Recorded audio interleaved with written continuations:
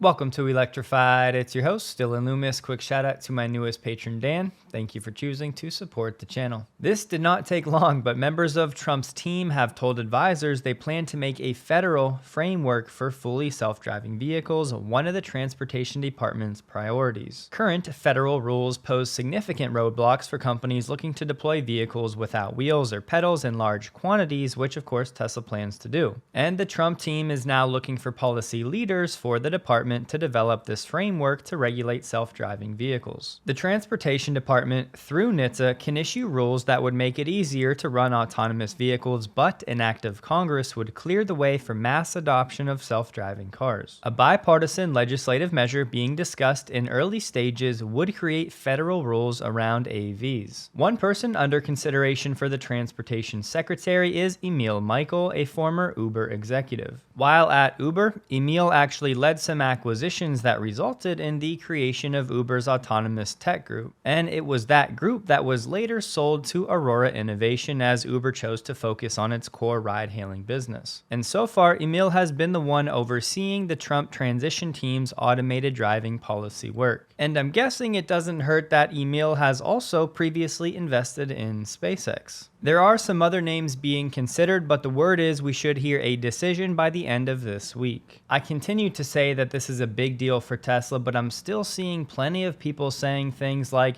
"Do you really think it's the regulations that are holding back Tesla's FSD progress?" And to that I would just say, well, so far no, but that doesn't mean that they won't here in the near future. So let me just quickly try to drive this point home in a different way. Let's just go through the process of getting an AV permit in California. For starters, there are two different types of permits. You have a testing permit and the deployment permit. For the testing permit alone, you have some manufacturer requirements. You have to register with the California DMV to get that testing permit, and the company applying for the permit has to provide proof of insurance. All AVs must be equipped with a data recorder that captures and stores autonomous tech data for at least 30 seconds before a collision. All of the test drivers have to complete a training program, and manufacturers must report any accidents involving their test vehicles within 10 days. They're required to submit annual disengagement reports detailing any instances when the AV technology disengaged during testing. Then you can move on to the deployment permit. It's at this point a company like Tesla would have to provide a law enforcement interaction plan as well as a consumer education plan. The vehicles then go through a testing process to ensure that they comply with the current industry standards for cybersecurity. The manufacturers have to conduct extensive testing, including simulations and controlled environment testing, before even applying for this deployment permit. Then the manufacturers have to put together a lengthy report where they specify the operational design domain of the vehicles, things like road types, speed limits, and weather conditions under which the AVs can operate.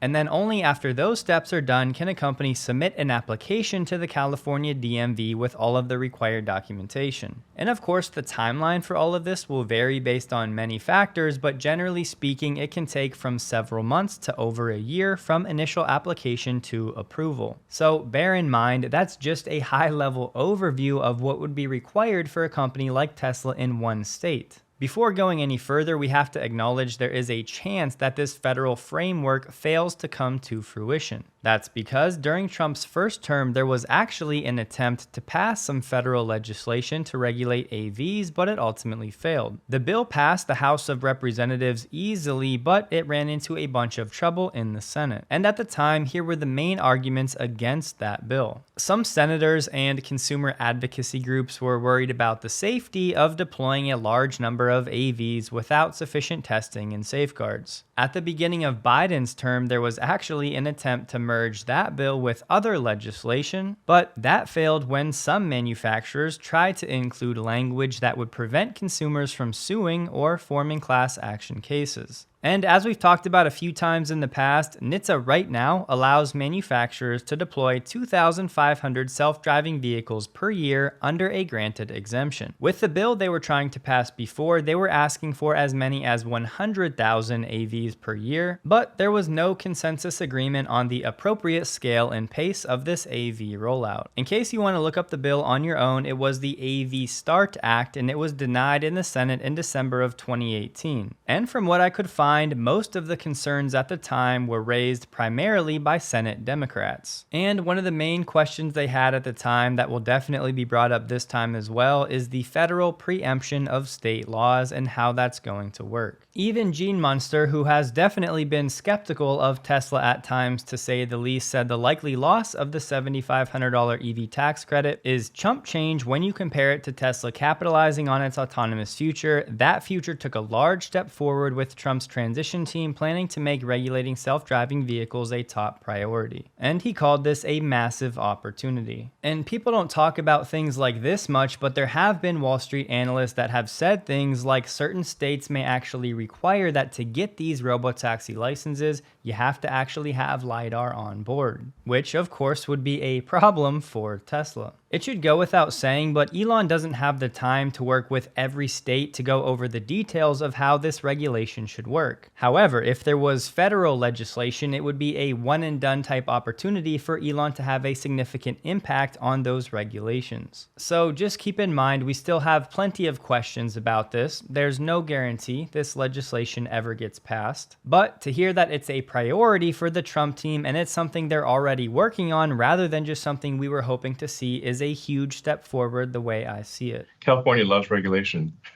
But they have a pathway. Yeah, I mean, there's a pathway. Obviously, Waymo operates in California, so there's just a lot of forms to fill out and a lot of approvals that are required.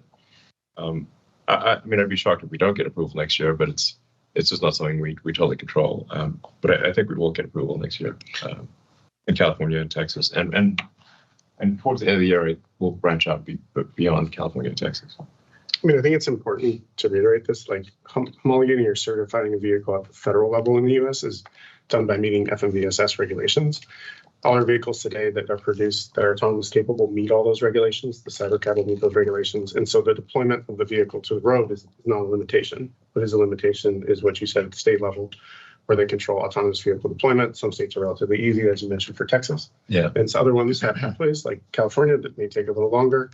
Other ones haven't set up anything yet. And so we will work through those state by state and get it. I do think we should have a federal. I agree. Like the autonomous vehicles should be approved. It should be possible to. Congress, if you're listening, let's get a federal AV. There should be a federal approval process for autonomous vehicles. 'Cause, I mean, that's how the FMVSS is Started and worked. federal motor vehicle.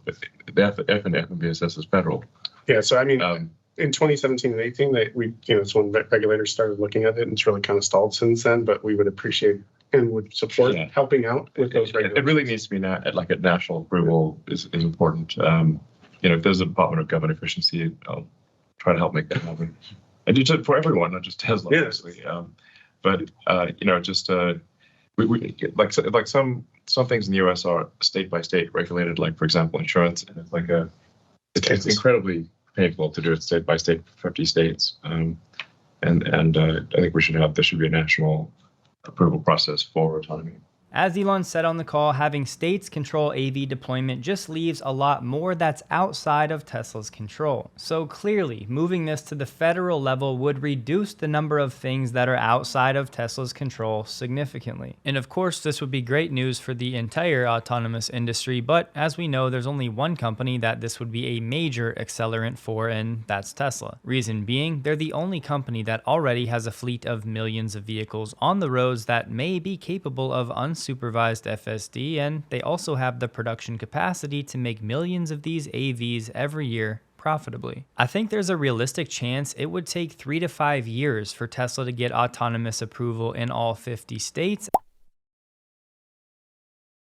as there's likely to be at least a few laggards in a few states where the leadership is adversarial toward Elon or toward Tesla, or they're just not composed of forward thinkers. We also might get an increase in the deployment cap of 2,500 AVs per year, or the cap may be removed altogether. And as mentioned, Elon is likely going to have significant input on how this federal legislation is written, and there's no one else I'd rather have in that role. someone intimately familiar with autonomous tech who puts safety first and understands the value of proper regulation, but also understands the pitfalls of overregulation. And all of this is part of why this federal regulation could be such a game changer for Tesla. There was some sentiment on X from people like Petey and Naomi that the Model X is simply not big enough for certain families. Naomi said, "We need big Teslas for big families." To which Elon said, "Okay." And then Rabbi Litvin said, "Now please make a Tesla big enough for my family." To which Elon said the Tesla Robovan, the Robovan, is in development, some other things too.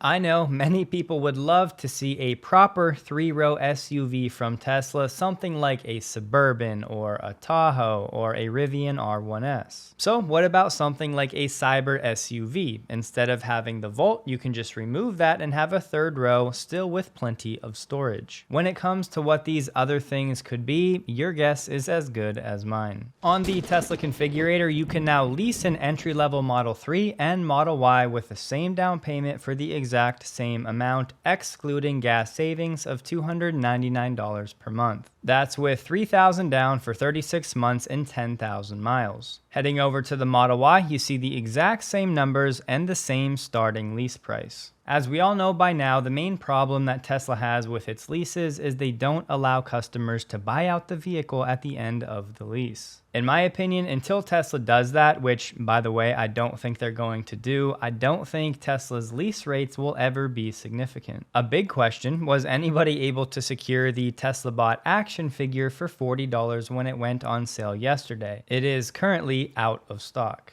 Sawyer shared this if you missed it. It looks like for the 2025 version of the Model Y, the rear camera design gets a bit of an upgrade, with the actual housing for the camera being a bit more pronounced. It's tough to tell from this angle how far the new housing actually comes out relative to the surface of the camera, but it's clearly more pronounced than the outgoing model year design. The Zero Emission Transportation Association, which represents some major automakers, has been urging Trump not to kill the tax credits for EV sales and production. The members of this group include LG, Tesla, Uber, Lucid, and Panasonic. But it's clear that the group does not speak on behalf of all of its members, because Tesla has reportedly come out and said they're in support of removing the tax credits. The group said the production tax credits have driven enormous job gains in states like Ohio, Kentucky, Michigan, and Georgia, and warned killing those production and consumer tax credits would undercut those investments and hurt American job growth. And the director of Zeta said the tax credits are critical to actually compete and win against China. The next few months really are shaping up to be quite interesting from a policy perspective. Tesla stock closed the day at $338.74, up 5.62%, while the Nasdaq was up 0.6%. The volume today was 27% higher than the average. A heads up, my schedule is pretty crazy right now. Just know I'm doing my best to balance family and work in this very unique season of life. And over the next 2 weeks, we'll be traveling for a wedding and then packing, cleaning, and heading back home. The good news is after the week of Thanksgiving, things should be back to normal from a schedule perspective for Electrified. But until then, it's looking like there will only be a few more uploads at best. So thank you all ahead of time for understanding. Hope you guys have a wonderful day. Please like the video. If you did, you can find me on X, linked below. And a huge thank you to all of my Patreon supporters.